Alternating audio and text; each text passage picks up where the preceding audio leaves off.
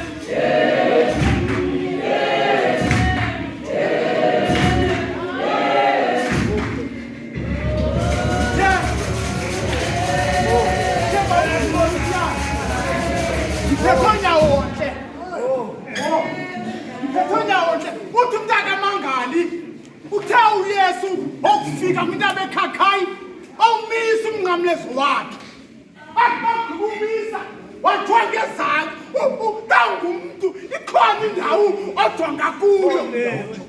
Ikhona indawo ojonga kuyo. Ndithe ndiphathwe nyawonke. Bazangixelela into yokubana uYesu ebejongephi.